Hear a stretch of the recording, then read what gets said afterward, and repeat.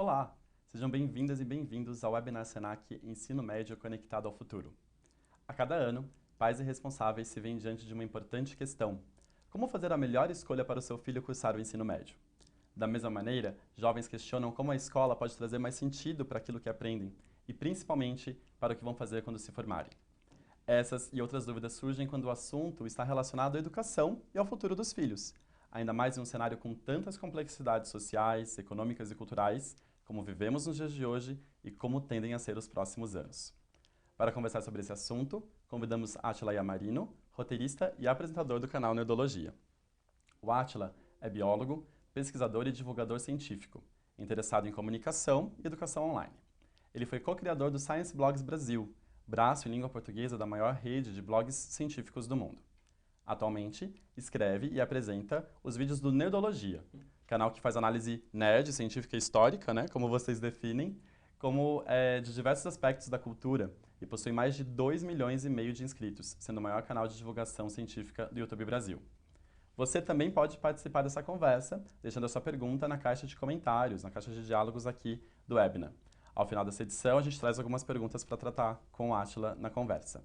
Átila, muito obrigado, boa noite, seja bem-vindo. Obrigadão. Obrigado, gente.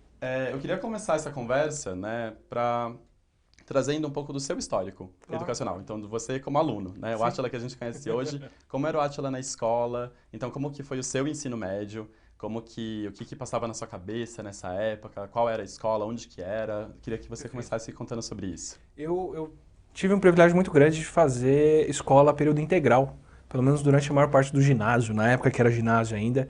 Então eu passava a tarde inteira na escola depois. Tinha aula de manhã e passava a tarde inteira, tinha lição de casa para fazer, tinha aula de uma coisa ou outra, mas era uma escola que deixava a gente bem solto, com bastante autonomia de tarde.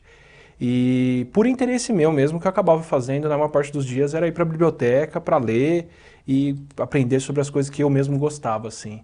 Então foi bem cedo que eu comecei a descobrir que eu tinha esse interesse por bichos, por plantas, por tudo tudo relacionado à vida, assim, que depois eu fui descobrir que era um campo que era a biologia. E aí eu descobri, existe um campo biologia que estuda isso, que é muito legal, que tem essas coisas todas, e como que eu vou fazer para estudar isso? Tem uma coisa que é o vestibular, você presta, e aí você pode seguir uma carreira de biólogo depois, se você fizer uma graduação de biologia. Então, meu ensino médio foi por um drive pessoal mesmo, muito voltado para conseguir estudar para o vestibular e poder prestar e passar e fazer a graduação em biologia depois. E depois que você fez biologia, como é que foi a sua continuidade de estudos também? Porque você também continuou sempre estudando. Eu sempre fui muito estudioso por vocação, assim. Eu tenho uma personalidade que bate bastante com sentar, focar, estudar e fazer o que precisa ali. E durante a graduação, eu encontrei uma coisa na biologia. Eu fiz biologia integral na USP e no período da tarde, a gente também integral, e a gente tinha uma sessão de tarde que era a comissão de visitas, que a gente podia receber escolas para mostrar para os alunos de ensino médio o que a biologia estuda, como funciona e o que um biólogo faz. E era muito legal poder passar adiante esse interesse, mostrar essas coisas legais com a molecada. E foi aí que eu comecei a perceber que eu gostava de falar de biologia também, de comunicar sobre biologia. E o caminho para mim, ainda durante a graduação, foi dar aula.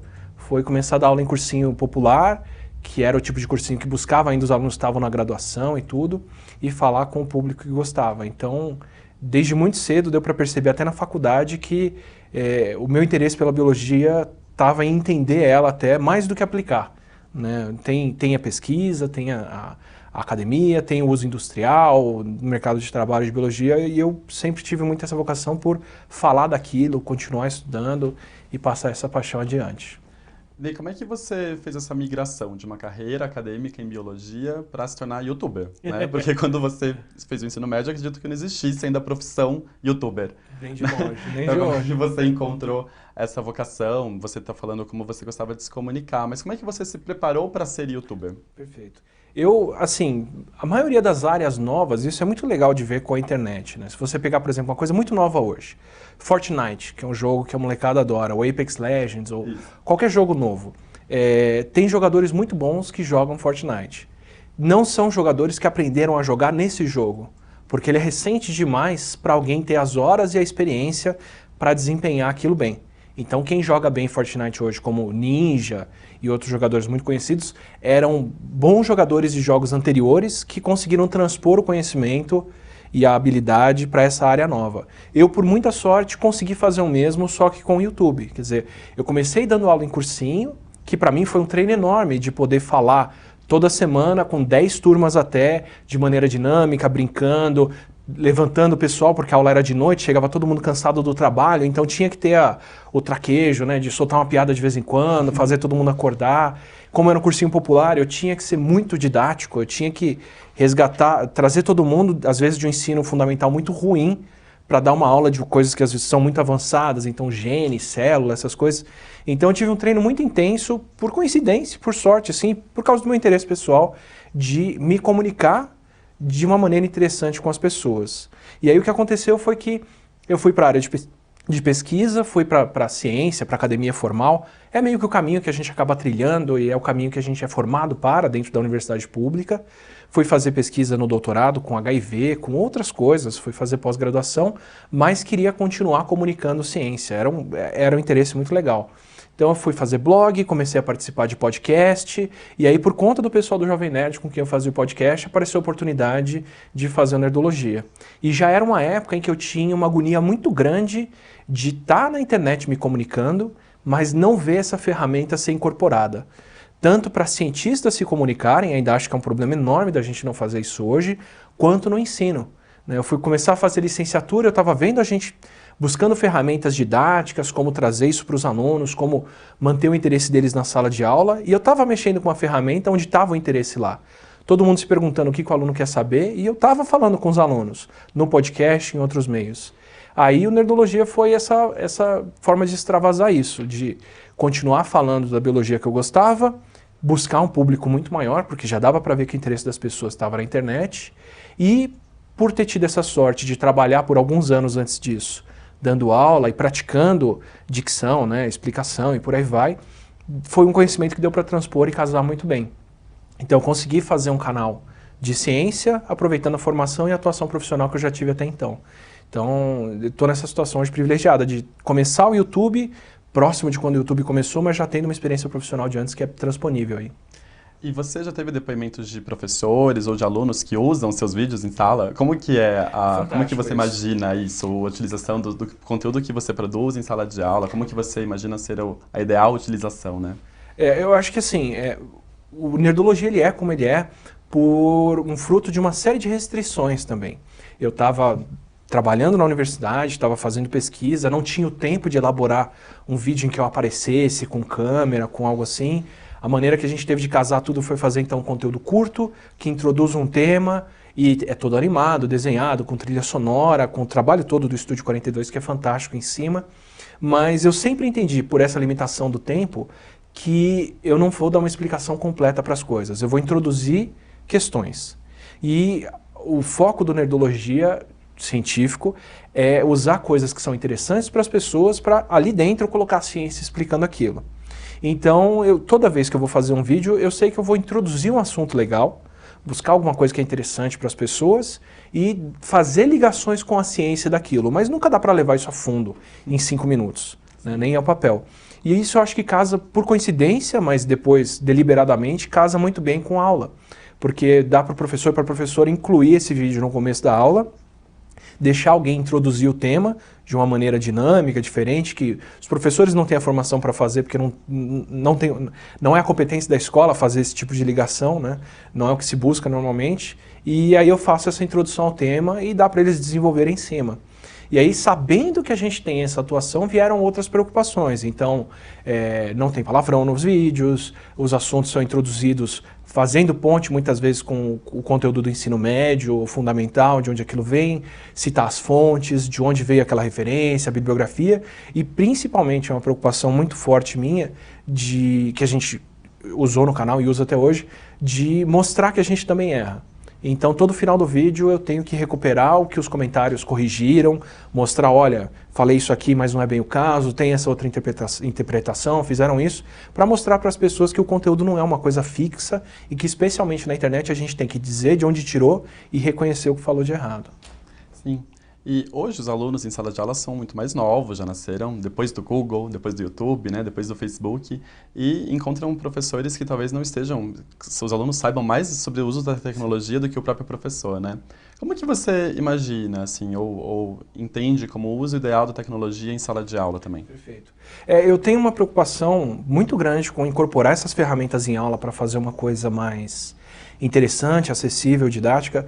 As melhores aulas que eu já dei e as melhores turmas que eu já ensinei, virologia, ensino e outros cursos que eu já dei até para graduação, foram aulas em que a gente incorporou ferramentas da internet e pôs os alunos para produzir vídeo, para escrever no Twitter, para fazer página da Wikipédia e outras coisas.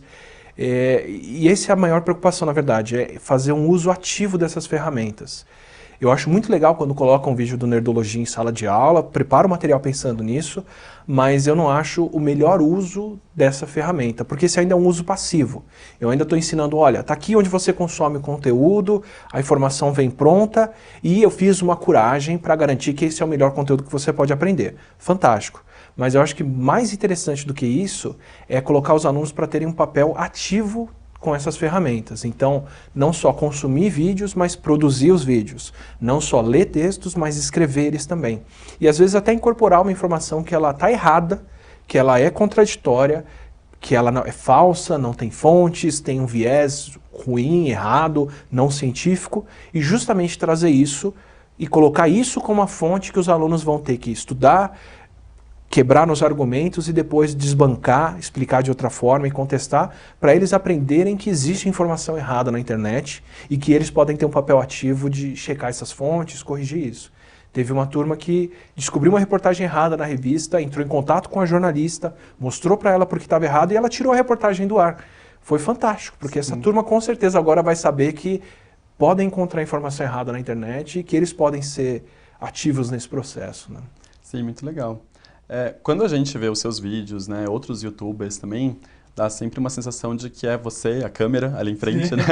Mas como que é a equipe que trabalha com você, né? Como que você produz o conteúdo que semanalmente é exibido no Nerdologia, nos outros canais que você participa?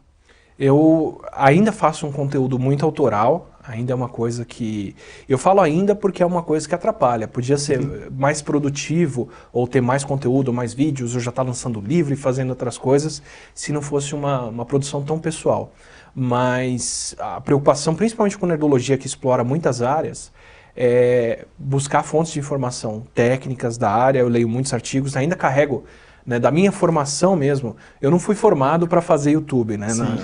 Pelo contrário, a graduação inteira todo mundo falava, no máximo, quando você for escrever alguma coisa. E introdução, material e métodos e discussão, é tudo que a gente aprende, né? Mas a ferramenta que eu carreguei de lá e que eu uso muito hoje ainda é saber pesquisar, justamente, né? Encontrar as fontes da informação, contestar, checar e encontrar profissionais competentes que vão me ajudar com isso. Então, no Nerdologia hoje em dia, muitas vezes, quando foge da minha especialidade de biológicas, eu tenho pessoas que colaboram com a gente que fazem, que vão buscar essa informação e com quem depois eu interajo para corrigir. Então, tem físicas que escrevem conosco, que vão fazer a pesquisa, vão elaborar o tema, vão fazer a discussão, depois eu incorporo isso numa explicação para fazer o canal. Depois a gente grava o vídeo em casa com uma equipe de 2 pessoas, que sou eu e a esposa que faz a produção, que é a Paloma, que domina a área técnica, e a gente manda esse vídeo para ser editado para o estúdio, que é o Estúdio 42, que vai ter mais 4, 5, 8 pessoas, dependendo do tipo de trabalho que a gente faz, mexendo em cima do vídeo antes dele ir ao ar. Então, parece uma produção simples, mas já é uma produção em grande escala, assim. Sim. E dentro de toda essa equipe, né, se a gente imaginar hoje um filho, um menino, uma menina que fale, pai, mãe, quero ser youtuber, assim, como que você acha que os jovens podem conversar com os pais sobre seguir uma carreira numa profissão que nem existe ainda, que nem a gente reconhece hoje, ou que é muito nova ainda hoje, e que normalmente é bem diferente de uma carreira mais tradicional que os pais imaginam para os filhos, né? Como que você acha que pode ser essa conversa entre os jovens e os pais? Eu acho que é uma conversa de interesses, né, de mostrar que aquilo é uma ferramenta também. Parte da seriedade que eu tento dar para o Nerdologia e da maneira como eu me apresento e falo das coisas é para mostrar que também não é uma farra, assim, não é... apesar de ser YouTube, a gente associar com uma coisa mais solta, leve, tudo tem profissionais, a gente tem a pesquisa, é um trabalho sério, né, feito de maneira com uma boa intenção e com bastante finalidade. E ninguém que está atuando nisso foi formado para isso. Porque não existia essa formação para nenhuma dessas pessoas. O pessoal do Estúdio 42 tem gente lá que trabalhou um tanto com TV, que tem uma outra formação, mas as ferramentas que eles usam são de pós 2009, 2010. As ferramentas de edição e por aí vai. A Paloma, minha esposa, foi quem aprendeu a usar a câmera, fazer a iluminação, o som. Tudo isso ela aprendeu por conta nos últimos 2 anos. E nem adiantava ela ter aprendido isso antes, porque o equipamento que a gente usa não tem esse tempo. Né? Idem a minha parte. Muita coisa que eu explico no Nerdologia, e é parte do que faz o conteúdo ser até difícil de produzir, são ligações com questões muito recentes. Coisas que estão acontecendo agora. Eu não posso ficar preso na biologia clássica, no conhecimento que eu ganhei lá na graduação para fazer isso. Então, acho que parte do processo dos pais entenderem e do que a gente pode mostrar para eles é isso, é que quem está na fronteira hoje, quem está desenvolvendo novas coisas, não só no YouTube, mas tudo que a gente faz, né? Não tem um aplicativo do celular que tem mais de 10 anos quase. Né? O celular em si, o smartphone que a gente usa vem de 2010. Quase todas as ferramentas que a gente tem são muito recentes. Né? Então é também entender que a gente entrou numa nova era de revolução tecnológica, técnica, científica, de conhecimento, que não admite ficar parado por muito tempo e que troca as coisas. Né? E difícil, a gente não vai ter essa formação mesmo para o que for atuar, porque se da hora que você desenvolveu uma experiência com aquela ferramenta tempo suficiente, ou a ferramenta já foi atualizada ou ela já foi substituída. A gente está constantemente nesse terreno novo, incerto, de uma ferramenta que foi lançada há pouco tempo e que você mal dominou ela, já veio outra coisa depois e não tem mais como fazer a coisa oficial. Né? E também porque a tecnologia, ela hoje se insere em todas as áreas. Né? Você não faz mais um curso de tecnologia para trabalhar com tecnologia, mas a medicina, o direito, comunicação, administração, tudo isso traz hoje. Né? A alfabetização tecnológica, para mim, hoje é isso, é uma alfabetização. Porque assim como alguém que não sabe ler e escrever está excluído da participação na sociedade, alguém hoje que não sabe usar o WhatsApp, para pegar uma ferramenta muito específica, está excluído da sociedade. Você hoje não saber usar o e-mail, não saber usar o WhatsApp, não saber usar LinkedIn para procurar um emprego, não saber usar classificados, o Google para procurar onde ir num posto de saúde ou qualquer coisa assim, você de fato deixa de fazer parte da sociedade. E o WhatsApp é uma coisa que não tem 10 anos. Né? A adoção de celular no Brasil é um fenômeno pós-2010. E hoje em dia, moradores de rua têm celular e eu entendo por quê. Porque, de fato, é uma coisa que as pessoas precisam para participar da sociedade. Então, assim, não tem como. De fato, isso é aprender a ler e escrever já. É uma ferramenta que faz parte do dia a dia. Se a gente está pensando em futuro, tem um papel mais ativo ainda no desenvolvimento dessas ferramentas, é até mais importante. Se você pegar, por exemplo, uma graduação no MIT hoje, não importa qual é a faculdade. Não importa se é direito, se é filosofia, se é letras, o que for. O MIT hoje tem programação como currículo básico de qualquer coisa, porque eles entendem que um advogado vai ter que saber programar, porque eles entendem que um filósofo, se ele souber programar, ele vai buscar informação de outra forma, ele vai fazer outro tipo de análise e por aí vai. Esse já virou o pacote básico para a gente estar integrado na sociedade de uma maneira produtiva. E como, Átila, que você entende como é o papel da escola, né, na formação desses jovens para profissões que nem existem ainda? Então, como é que a gente prepara jovens para poder descobrir a sua vocação, como você descobriu, né, como youtuber depois também? Como é a preparação desses jovens? Qual é o papel da escola na preparação desses jovens para profissões e cenários que ainda nem existem? Eu acho que, tradicionalmente, a escola, a sala de aula, o papel dos professores sempre foi um misto de duas coisas. De tutoria, que a gente conseguir ajudar os alunos a seguirem um caminho, a aprenderem, né, criarem as ferramentas, ajudar o processo de aprendizagem e a fonte de informação e conteúdo. Até 10 anos atrás eu não tinha como ter informação de outra forma. Né? Então, quando eu estudei, a biblioteca era a fonte de referência. No começo da minha graduação, a biblioteca ainda era o principal lugar onde eu conseguia encontrar os livros e buscar informação. No fim da graduação já era a internet. Hoje em dia já é a internet. Né? O INCT fez uma pesquisa em 2019, agora perguntando para os jovens de 15 a 24 anos, onde você se informa sobre ciência? 80% deles respondem Google. 3/4 respondem YouTube. Depois vem o WhatsApp, que eu não sei como é que usam para consultar informação científica, mas enfim. Vem Facebook, vem podcast e outras coisas, e eles não respondem a palavra livros, nem biblioteca. Não para dizer que isso não é importante, é fundamental ainda, mas para dizer que desse mix que a escola tinha, o conteúdo hoje não precisa mais vir só dos professores e só dos livros, só da biblioteca. O que continua sendo fundamental e o que vai ser instrumental para o resto da nossa vida é a tutoria. É aprender a buscar essa informação, consultar, ter alguém com quem checar essas fontes, isso é o nobre. O conteúdo eu acho na internet hoje. O professor na sala de aula, a professora que me conhece, sabe das minhas dificuldades, tem um plano pedagógico porque eu preciso aprender e tem a capacidade de tirar minhas dúvidas todo dia, eu só vou encontrar na sala de aula. Então isso é o nobre para mim hoje. Assim, não é da minha cabeça. Se você pegar um compilado como é o Visible Learning, que é um livro sobre compilados de compilados de compilados do que mais faz diferença na aprendizagem. Dos 12 itens menos controversos e mais importantes para a aprendizagem, 11 ou 10 são tutoria. É colocar os alunos para tirar dúvida, é perguntar para o aluno no que ele tem dificuldade, é ter um bom plano didático, é ensinar coisas que respeitam o desenvolvimento cognitivo deles, é colocar os alunos para se ensinarem e colaborarem uns com os outros, é fazer uma avaliação formativa, então não é mais aquela prova que eu entregava e se eu errei e eu não tenho o que fazer com aquilo, mas sim um exercício que vai me dar a chance de tentar de novo até eu acertar, que esse é o papel da escola, no fim das contas, é todo mundo aprender. E tudo isso é o que tem de mais importante. Isso não mudou. O que não entrava na lista e nunca entrou é conteúdo. Se você vê os itens mais importantes que o Visible Learning compila, e vários estudos compilam, nenhum deles é qual faculdade que o professor fez, quanto de conteúdo o professor sabia, a nota que eu tirei na biologia, porque eu não preciso trazer esse conteúdo para a sala, eu posso buscar ele de outras fontes. O que eu trago de mais importante é o conhecimento e o amparo para colocar os alunos nesse caminho de buscar informação.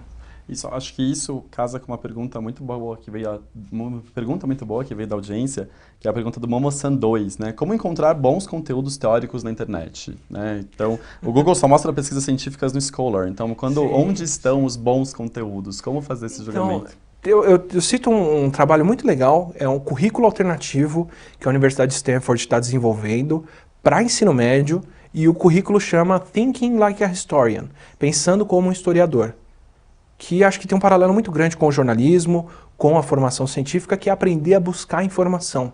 Eu sou muito relutante em dizer essa fonte de informação é a mais importante, porque isso muda, esse negócio troca. Tem uma fonte que me parece universal, tem sido constante nos últimos anos, que são as fontes que a Wikipédia cita. Os estudos que a Wikipédia costuma citar são estudos muito relevantes e muito importantes em área. Então eu defendo muito o uso de Wikipédia para ensino, mas como ferramenta onde a pesquisa começa e não um destino. Não é para a pessoa chegar, ler um artigo da Wikipédia e estar sabendo. É para ela olhar lá dentro quais são as fontes e correr atrás de aprender essa informação. Mas isso é uma prática. É uma prática que a gente tem que usar e reforçar, sabe? É como eu tentar ensinar alguém a cobrar uma falta ideal. Eu posso dar a teoria que for, mas se o cara não treinou 5 anos chutando para o gol para fazer um bom chute, ele não vai saber fazer aquilo. Acho que é a mesma coisa para a gente consultar informação. Se a gente não incorporar essa prática em aula, dos alunos buscarem as fontes, questionarem, porque cada um vai desenvolver um jeito próprio. Tem gente que gosta mais de vídeo, tem gente que gosta mais de texto, tem gente que gosta mais de podcast. Eu vivo ouvindo audiolivros. Eu não preciso dizer, olha, essa é a fonte oficial, essa é a ferramenta, porque ela vai mudar amanhã. Eu preciso falar, olha, tenta aqui, até a hora que você aprender o seu caminho, do seu jeito, e eu tô aqui para checar com você se isso está indo bem e te dar esse amparo. Você desenvolve a sua técnica, porque daqui a 5 anos vai ser outra. Mas você tem que ganhar esse feeling, isso é prática, não é teórico. É verdade. Nessa escola que a gente está imaginando, então, essa escola ideal, né, como que você imagina a interação da comunidade, como que esse jovem, ele expande os muros, né, da escola, ele se integra? A gente viu e vê muito ainda aquela escola do portão fechado, sim, né, tocou o sinal, ninguém mais entra, ninguém mais sai. Mas como que é a interação, mesmo física, ou como é que se traz o mundo real para a sala de aula, para você não ficar só na base teórica, em algo que está desatualizado e que não tem contexto ou sentido para aquele jovem? Sempre teve a abordagem construtivista, né? Sempre teve a gente sempre teve a noção da relevância de trazer o mundo do aluno e o mundo real, problemas concretos, para o aluno resolver em sala de aula e fazer algo que tem mais a ver com a realidade dele, né? Eu acho que é a abordagem fundamental ainda, só que hoje a gente tem novas ferramentas para fazer isso, né? Então, parte do processo para mim do que seria uma sala ideal hoje seria incorporar essas ferramentas que fazem parte também da realidade do aluno, não só de referência, mas do que ele usa mesmo, né? De poder... Toda aula minha, por exemplo, de ensino, eu abro com... A primeira aula eu falo do que vai ser o curso, sejam bem-vindos, a gente vai ver isso, isso e isso, esse vai ser o caminho. A segunda aula é sempre, vocês vão apresentar as ferramentas de vocês. Eu sempre ponho os alunos de graduação, para quem eu leciono, para trazer o que eles usam, como eles usam. Primeiro, para eu me atualizar, porque eu nunca vou saber todas as ferramentas. Segundo, para eu entender o que é o dia a dia deles e o que tem de relevante. E terceiro, para eles entenderem que o que eles trazem também é importante para estar incorporado ali. Então, eu diria a mesma coisa em relação ao conteúdo hoje. Você quer ver um aluno motivado, você quer ver um aluno empolgado, é deixar ele escolher o que vai fazer e adaptar esse problema para aplicar toda a pedagogia que a gente quer aplicar e deixar ele ver esse resultado projetado no mundo, né? Então, acho que é muito menos ver um aluno como aquela página em branco, né? Onde o professor vai depositar o conhecimento, mas é trazer o aluno para o processo, né? Exato. E não tem problema também com ver ele como uma página em branco, mas é uma página em branco de conhecimento que ele vai construir. Não vai ser o conhecimento que eu vou trazer para ele, né? Eu falava isso até no cursinho da palavra aluno, né? Sem luz que eu vou vir iluminar. Não, né? Acho ruim essa postura. Por um tempo era a única opção que a gente tinha mesmo, né? Enquanto não tinha outras fontes de informação, era o que eu levasse para a sala de aula, era o que eles iam aprender. Mas não é mais o caso hoje. E se eu não levar isso em consideração, vai acontecer o que acontece com professores no Brasil inteiro e no mundo inteiro, que é o aluno vir contestar o que eu estou falando.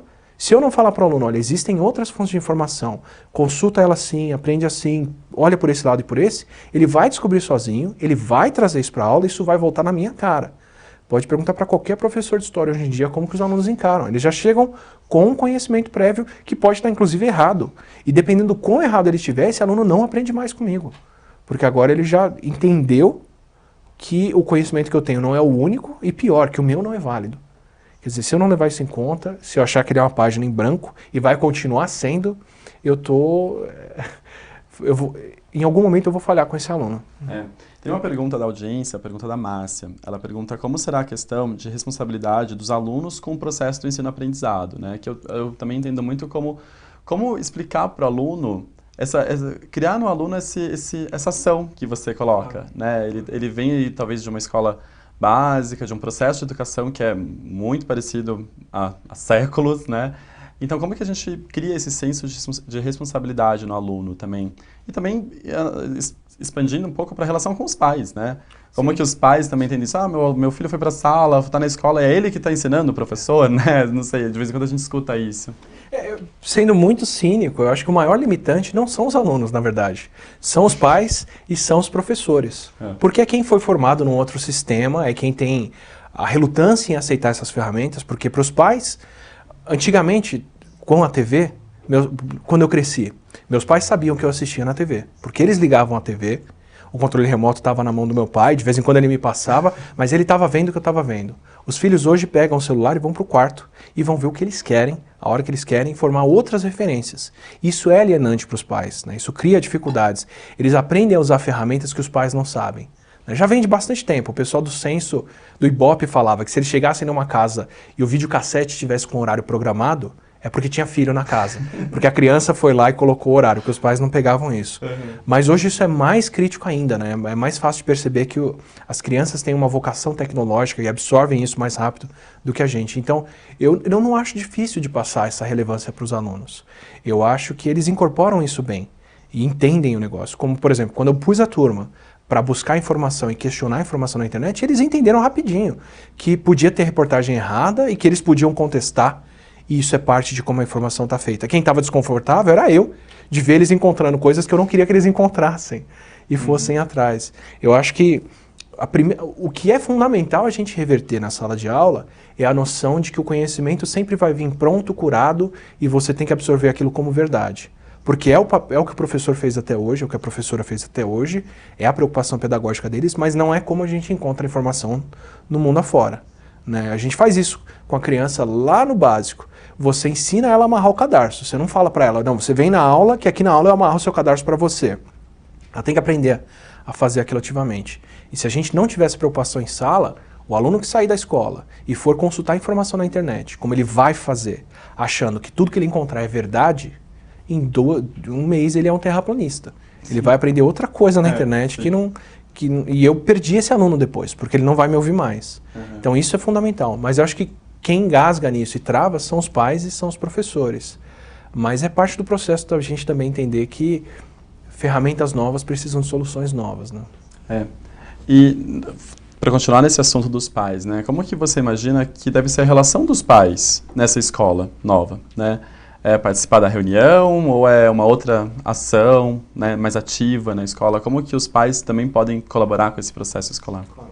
Eu acho que assim, é bom os pais trazerem essa preocupação para os professores, porque é uma aflição interna de todo mundo envolvido aí, os tempos são incertos e saúde e educação são as duas áreas em que a gente mais reluta de trazer inovações, justamente por medo do que pode dar errado, né? A gente não quer, eu não quero fazer uma cirurgia que eu vou descobrir daqui a 15 anos que ela não funciona e que podia ter sido feita de outro jeito. Eu não quero colocar meu filho numa escola que eu vou descobrir daqui a 18 anos que não funciona, né? Então, participar desse processo é importante. É importante também para os pais entenderem por que os alunos estão aprendendo aquilo. Porque se você incorpora esses problemas, eu garanto que eles voltam mais felizes para casa. Tenho certeza que vocês têm essa experiência. Sim. Dos alunos empolgados, fazendo mais coisa, e os pais vão ver isso, vão ver que o filho chega em casa e quer contar o que ele aprendeu, quer mostrar a ferramenta que ele fez. Se eles produzem coisas, que para mim é a coisa mais nobre que a gente pode fazer em aula, eles vão querer mostrar para alguém que eles fizeram aquilo. Então os alunos que eu pedi vídeo, fizeram vídeos fantásticos, mostraram para todo mundo, queriam pôr na internet, queriam fazer outras coisas. Os alunos que eu pedi para editar a Wikipédia, editaram mais artigos do que eu pedi, fizeram mais coisa, ficaram felicíssimos porque tinha 100 mil acessos na página que eles editaram. Eles querem ter esse trabalho reconhecido, eles vão falar com os pais. Então, eu acho que esse processo ativo já vai acontecer naturalmente. Pensando dentro da área pedagógica, de como funciona e do que é a aprendizagem, de novo, o mais importante é a tutoria. De longe, mais do que o conteúdo, mais do que qualquer coisa. Parte do processo de tutoria envolve os pais. Reconhecerem a dificuldade dos filhos, incentivar os filhos a participar mais ativamente desse processo e por aí vai. Então, assim, eu recomendo uma participação maior dos pais nesse processo, mas independe da escola, independe de ser o modelo que eu estou propondo ou não, de criação e inovação, porque isso já é o fundamental. Tem uma pergunta do Ângelo Marco agora, deve ser um aluno talvez, que ele faz assim: como posso me manter empolgado, focado, para assistir uma aula que não me interessei? Eu também imagino como um desafio dos professores que é manter essa atenção desse jovem, né, desses jovens. Todos conectados, todos ali com o celular, com os computadores, usando em sala de aula.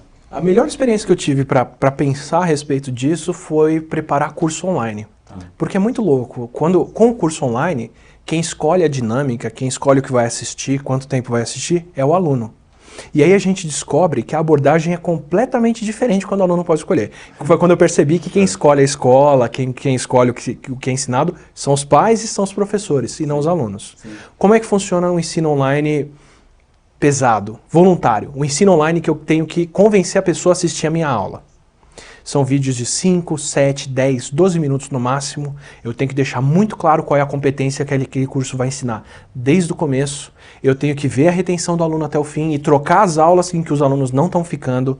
Eu tenho que aplicar perguntas e mostrar para o aluno o tempo todo se o que ele está assistindo ele está aprendendo e por aí vai. Nada disso a gente tem na aula tradicional.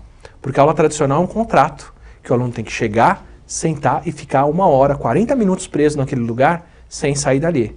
E a gente, quando vai dar aula, tem que preencher esse espaço com o que a gente puder. Então, em momento nenhum, tá se pensando em prender a atenção de quem está lá dentro. Né? Por restrição da escola, do tempo, da estrutura, da sala de aula, do deslocamento de professores e de todo o resto, tudo isso é o que dita a duração de uma aula, e não a retenção, a atenção dos alunos e o interesse deles. Se fosse isso, começa que as escolas não iam começar com as aulas às 7. Porque não é o melhor horário para os alunos aprenderem, testado e comprovado com quando uma criança tem atenção.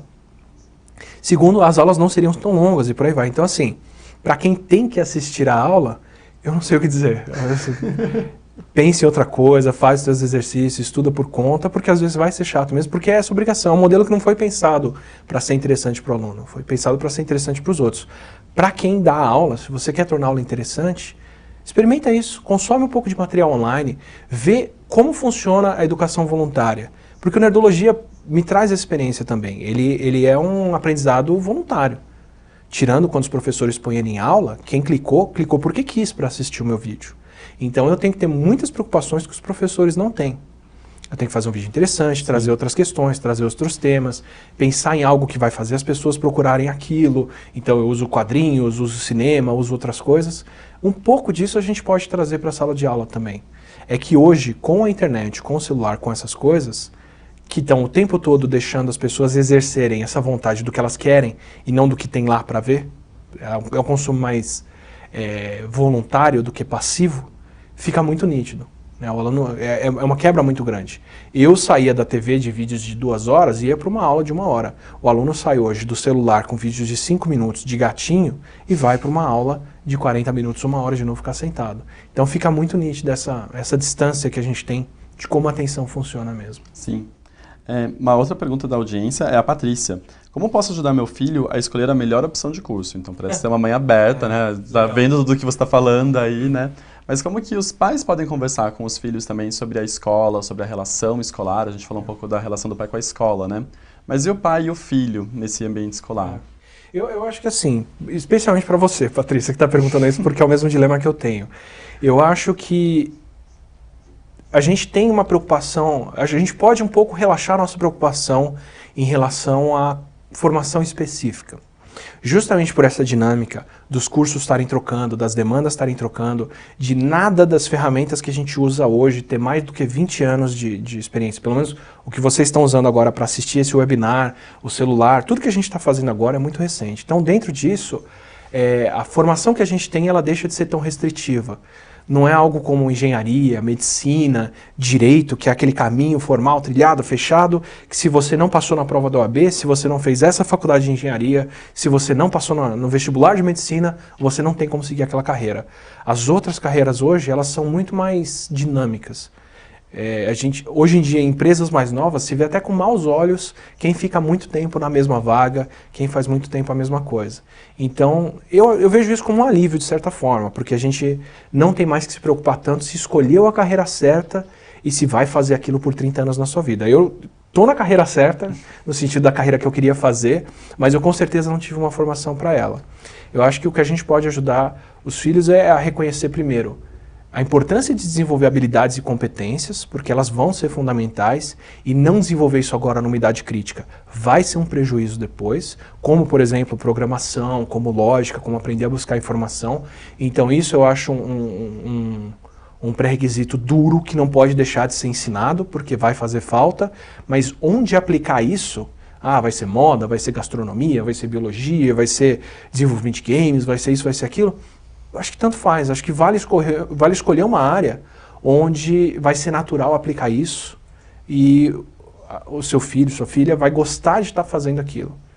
Eu estou mais preocupado com essas habilidades miolo, programação, lógica, consultar informação, pensamento técnico, matemática, português, as habilidades básicas, do que a área fim, onde aquilo se destina. Eu acho legal procurar uma área fim que a criança vai estar feliz em aprender ali. Depois ela troca essa área, a gente vai trocar de área pro resto da vida mesmo, não tem jeito. Sim. Como que os professores podem se atualizar para essa escola? Né? Porque a gente falou um pouco, você deu aí algumas situações de aprendizagem, algumas estratégias, inclusive compartilhou, né, as suas com a nossa audiência hoje. Mas como que ele se mantém atualizado, né, para também receber um jovem cada vez mais participativo, protagonista, crítico? Isso é o mais difícil, eu acho. É o mais crítico, porque não é porque a gente foi formado. A gente foi formado para aprender o conteúdo que a gente ia ensinar durante um período definido da vida e depois você, no máximo, atualiza aquela informação que foi trocada ano a ano, né? Descobrimos um novo elemento da tabela periódica, descobrimos um novo fenômeno geológico, descobrimos um novo fóssil e isso era o máximo que eu tinha que incorporar na aula, né? Eu sei dar 2 conselhos para os professores. Um é, consuma a informação que os seus alunos consomem. Eu não posso fazer YouTube se eu não assisto vídeo. Eu, Átila, não assisto muito YouTube, mas a Paloma, que é quem dirige, coordena e faz a maior parte do que eu produzo, consome muito. Então, por exemplo, meu canal pessoal que a gente faz hoje em dia, ela passou 2 anos consumindo conteúdo e traçando o que a gente ia fazer, porque a gente não tira isso do éter. Tem que ter uma base para o que fazer. A mesma coisa para dar uma aula. Ou, no meu caso, para fazer nerdologia. Eu tenho que ver filme, eu tenho que ler quadrinhos, o sacrifício, né? Mas eu preciso fazer isso para entender o interesse de quem está vindo e ter essa empatia. E o segundo ponto é justamente dessa autonomia dos alunos trazerem as questões deles, porque é aí que a gente vai se atualizar. Não tem jeito. Ninguém tem a vocação de uma criança de 8, 10, 12 anos para aprender uma coisa nova quando adulto. Então deixa eles trazerem também um pouco. É essa aula que eu faço, por exemplo, de falar para o pessoal, não, gente, vem aqui e fala o que vocês fazem, porque eu vou ter que correr atrás das ferramentas que eles gostam e não o contrário, eu tentar impor o que eles vão usar. Então acho que esse papel ativo dos alunos, de escolher os problemas, escolher as ferramentas que eles vão usar para desenvolver e resolver isso, é desconfortável, porque a gente não aprendeu aquilo, não fez, mas é normal, a gente não vai saber mesmo, mas dá margem para aprender outras coisas. Eu pedi, por exemplo, para alunos fazerem vídeos para YouTube. Teve um aluno que ele fez um vídeo tão bom, tão bem feito, tão bem editado, que essa semana saiu um vídeo dele feito com o Instituto Butantan. Ele foi contratado para fazer vídeo didático. E quantos anos ele tinha? Tinha 19, eu acho, então. quando ele foi fazer. Sim. E eu não sabia explicar para ele como fazer aquilo. Ele fez. E fez muito melhor do que eu faria. Eu preciso estar confortável com essa postura. Eu estou ali para guiar ele didaticamente, para garantir que o conteúdo que ele escolheu está bom, que ele explicou bem, que ele entendeu os conceitos que ele está passando, o aspecto técnico, se ele devia usar ou não aquele programa, se o vídeo devia ter 7 ou 12 minutos, se ele fez um vídeo para o YouTube ou não, e ele fez um vídeo fantástico. É do interesse dele mesmo. E eu posso dar um passo para trás e deixar isso acontecer mais espontaneamente. Você falou de filme, de quadrinhos, né? Que outros recursos os jovens podem acessar hoje, as escolas podem oferecer, além das aulas, né? Do que já acontece ali? O que você imagina? Hoje, para mim, as ferramentas mais importantes são de longe. Programação, para todo tipo de área, para todo tipo de coisa, é uma forma de pensar. E para mim, hoje, ela está ali junto com a matemática. A gente precisa aprender matemática para tudo, né? Geometria, qualquer outra área de ciência ou qualquer outra área, até língua portuguesa e outras coisas, precisa de princípios matemáticos para funcionar e para acontecer. Programação, para mim, entra dentro da mesma situação hoje. É uma maneira lógica de se pensar, ela tem aplicações, ela tem finalidades e por aí vai. Mas, em termos de conteúdo e ferramentas, para seguir no que tem hoje em dia, né? A Wiki é uma ferramenta excelente para ensino, colocar os alunos para escreverem coletivamente páginas de Wiki, não só a Wikipédia, mas a ferramenta Wiki de site, blog, redes sociais são legais para discussão. A gente já colocou em aula, por exemplo, perfil falso do Darwin, perfil falso da Marie Curie para os alunos construírem, fazerem. Podcast, vídeo, são coisas que eles gostam e que eles aprendem muito rápido a consumir e fazer para criticar também. E são mídias que a gente vai continuar usando e fazendo, né? Eu ainda aprendo na graduação a fazer texto, ninguém me ensinou a fazer vídeo. Eu garanto para você que os professores que estão se formando hoje vão atuar muito mais em EAD, em vídeo e em vídeo no YouTube e outros lugares do que em texto escrito. E a gente não sabe dar essa capacidade. Sim.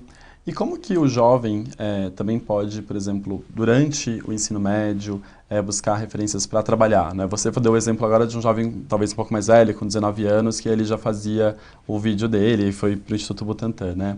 Mas um jovem no ensino médio, então um pouco mais novo, assim, o que ele já pode ter como recursos, por exemplo, para trabalhar, para começar a gerar a sua audiência, né? Não, mas isso é curioso, né? O YouTube passou a carreira de jogador de futebol no Brasil há 3 anos atrás como a carreira mais desejada entre os jovens no Brasil. E toda vez que eu conheço, principalmente garotada, que quer fazer YouTube, eu sempre falo isso, legal, mas o YouTube é uma vitrine. O que você vai colocar para rechear aquela vitrine, você tem que desenvolver de qualquer forma. Então o YouTube é uma finalidade, eu vou apresentar alguma coisa lá dentro, mas o que eu vou apresentar, o que eu sou para poder fazer aquilo. Mas só na finalidade eu já acho fantástico. Eu acho que tentar reproduzir o que você consome para os mais novos, que seja jogo, que seja podcast, que seja vídeo, que seja aplicativo, rede social, mas ter um papel ativo de fazer aquilo é a melhor coisa que podem fazer. Qualquer habilidade dessa hoje eu acho que é bem universal. Então, o melhor que eu posso dizer para os jovens é, tem alguma coisa que você gosta de consumir, tenta produzir aquilo também. Jogo, podcast, vídeo, plataforma, tentando pegar o que são as coisas mais consumidas por quem tem entre 15 e 24 anos, por exemplo. Fazer parte daquilo é muito legal.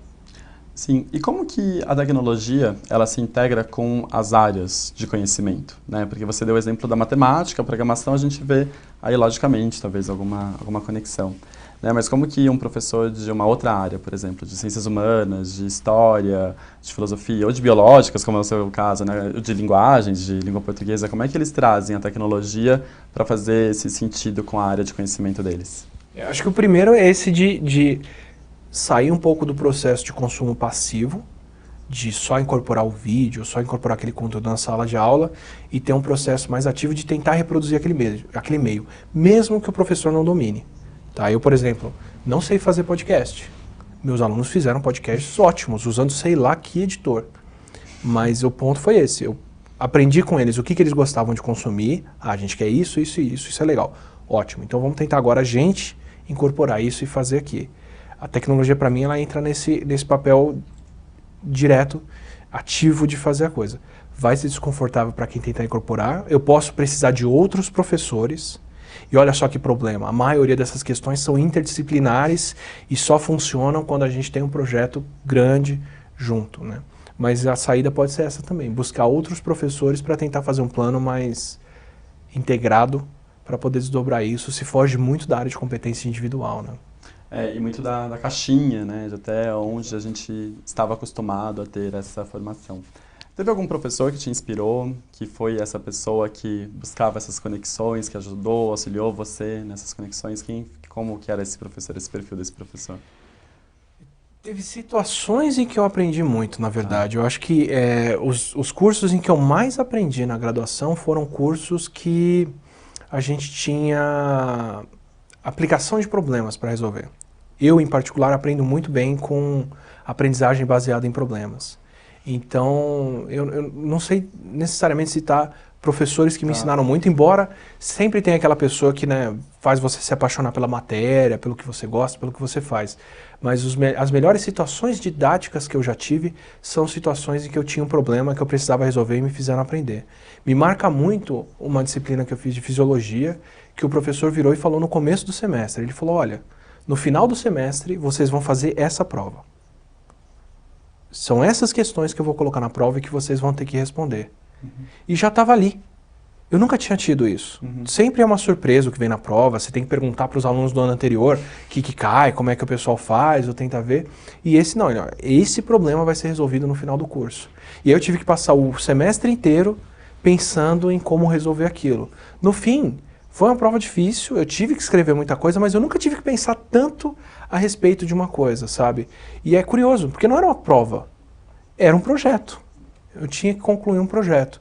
Os melhores exemplos que eu tenho são esses, assim, são aulas em que a gente tem um projeto claro, que não seja a linha de chegada, mas que seja o que a gente vai fazer para tentar chegar na linha de chegada que for, e eu tenho uma noção muito grande do que eu tenho que construir ao longo do semestre para chegar lá.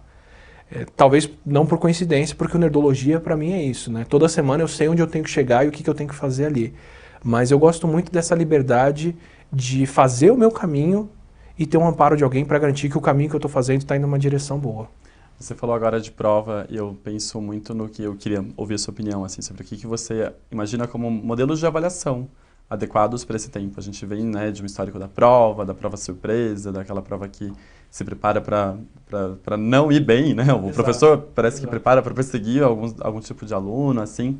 E na experiência que a gente tem do ensino médio técnico no Senac, onde não tem prova, os alunos falam assim pra gente, né? Eu aprendo muito mais, porque aqui eu tenho que ir todo dia, não estudo só na véspera para fazer a prova, né? Mas os pais, eles normalmente se sentem um pouco receosos com isso. E a gente explica, então, que a prova não é um método de aprendizado, né? É um método de aprendizagem, é um método de avaliação, mas existem outros métodos de avaliação. Então, como que você entende isso, assim, para esse jovem, dessa pressão da prova, que outros métodos poderiam ser buscados? Eu acho que a gente, da maneira como a gente aplica provas hoje, a gente confunde um pouco o que é o sinal e o que é a fumaça. Né? Como eu olhar para um país de primeiro mundo e falar, olha, um país de primeiro mundo tem muito chofer. Então, de repente, se eu tiver muito chofer no Brasil, a gente vai virar um primeiro mundo. E a prova meio que virou isso. A gente tem que ter um teste do que está aprendendo. Senão a gente não sabe se o que está aprendendo está certo ou está errado. Prova, nesse sentido, é essencial para a formação. Só que ela não precisa ser uma prova teste aplicada. Ela tem que ser um teste do seu conhecimento. Se o que você está aprendendo é prático, ou tem uma finalidade, ou é um projeto, em pouco tempo você descobre se o que você faz está certo ou está errado. né? Para pegar uma competência clara, por exemplo, se eu for aprender como usar o Excel, eu posso fazer de duas formas. A prova clássica seria, eu dou uma aula de como funciona o Excel, e aí depois eu aplico uma lista de perguntas que a pessoa tem que responder onde ela clica para fazer o Excel. Eu posso fazer isso, mas a hora que essa pessoa for usar o programa de verdade, ela vai estar perdida. Ou eu posso explicar como funciona o Excel e deixar as pessoas usarem, clicarem, fazerem e absorverem isso. E se ela clicar errado, não vai funcionar. Então ela está checando constantemente o que ela aprende ou não. Esse tipo de teste é fundamental para a gente poder aprender. Agora, a prova questão aplicada, mesmo ela, o melhor tipo de avaliação que se tem é a avaliação formativa, que é o que a prova clássica não faz.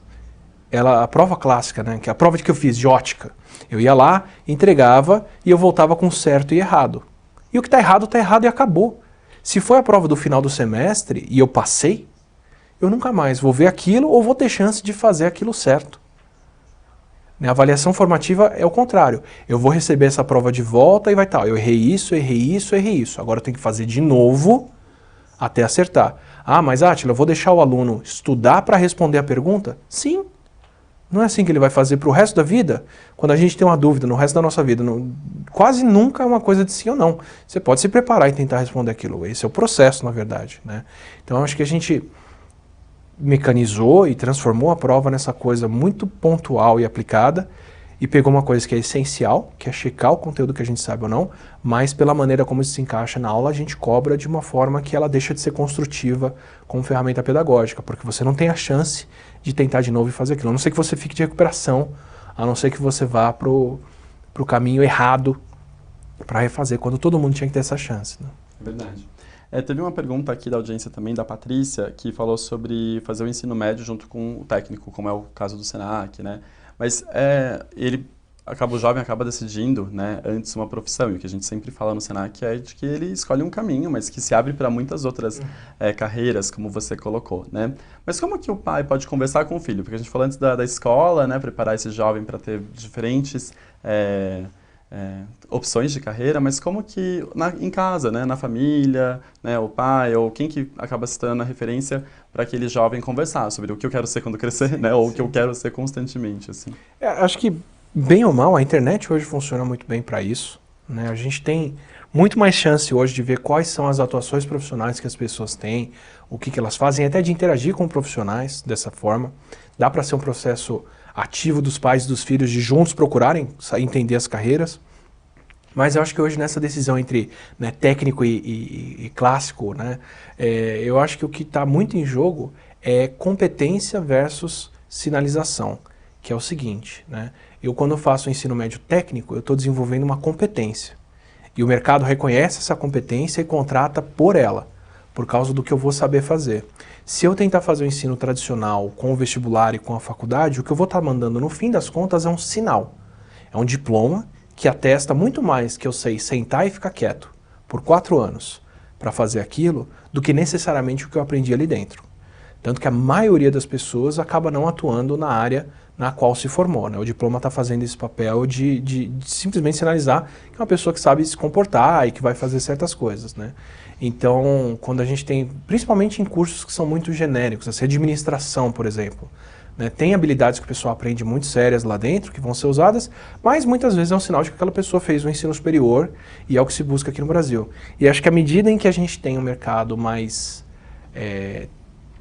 tecnológico, voltado para habilidades, a gente começa a depender mais das competências e selecionar mais por elas. Uma área que eu consigo dizer onde isso já acontece 100% do tempo é a área de programação. Programação é muito claro, você precisa de uma competência. Você precisa saber programar. Então muita gente, a maioria das pessoas hoje é muito mais contratada porque sabe demonstrar essa competência do que necessariamente por um curso. Você pode fazer aquele curso para desenvolver a competência, tem cursos muito bons, mas eu garanto, dependendo da vaga de trabalho, se você pegar uma empresa como o Google, Facebook ou qualquer uma dessas, se você mostrar que você tem a competência para resolver um problema, eles não vão te perguntar o que você fez. Eles querem a competência. Então, o mercado profissional está mudando nesse sentido também. Está ficando mais fácil de recrutar pessoas por competência e de incorporar isso ali dentro. Então é onde eu fico mais dividido hoje do que prepara a gente para frente de verdade. Será que a gente vai continuar sempre dependendo do sinal, que é o diploma? Ou será que a gente vai fazer como está acontecendo na área tecnológica e abrir um espaço maior para as competências e trazer quem demonstra que sabe fazer aquilo, não necessariamente com um diploma? Muito bem, Átila, muito obrigado. Né? Agradeço a sua participação do webinar de hoje. Perguntas. Sim, a gente teve algumas perguntas que foram feitas aqui. Se existirem outras perguntas, a gente repassa para você depois também. Né? Muito obrigado mesmo pela sua participação. Foi um prazer. Tá bom? Obrigado, gente. Muito do que a gente conversou junto com a Átila aqui nesse webinar, ele se encontra no Ensino Médio Técnico e Informática do Senac. Em um curso só, o jovem, né, ele vai desenvolver todas as competências do técnico informática, então da formação do técnico profissional, do técnico informática, integrado às áreas de conhecimento do ensino médio. Então, no aprendizado que constrói também muito mais significado e sentido para ele, né, para aquele jovem. Esse ensino médio técnico informática, ele acontece em unidades na capital e no interior do estado de São Paulo. As matrículas estão abertas e você pode acessar as informações no site sp.senac.br/ensino médio. O site também está disponível na descrição desse webinar. E no próximo sábado, dia 19 de outubro, algumas dessas unidades promoverão atividades especiais para apresentar como que o ensino médio técnico e informática do Senac acontece. A programação também está disponível no site que eu falei para vocês e está aqui na descrição desse webinar. Eu agradeço muito a atenção de todos vocês, a audiência de vocês. Peço, por favor, que ao final desse webinar vocês respondam à pesquisa de satisfação que será exibida na sua tela. Muito obrigado. Obrigado, gente. Muito obrigado pelo convite. Foi um prazer.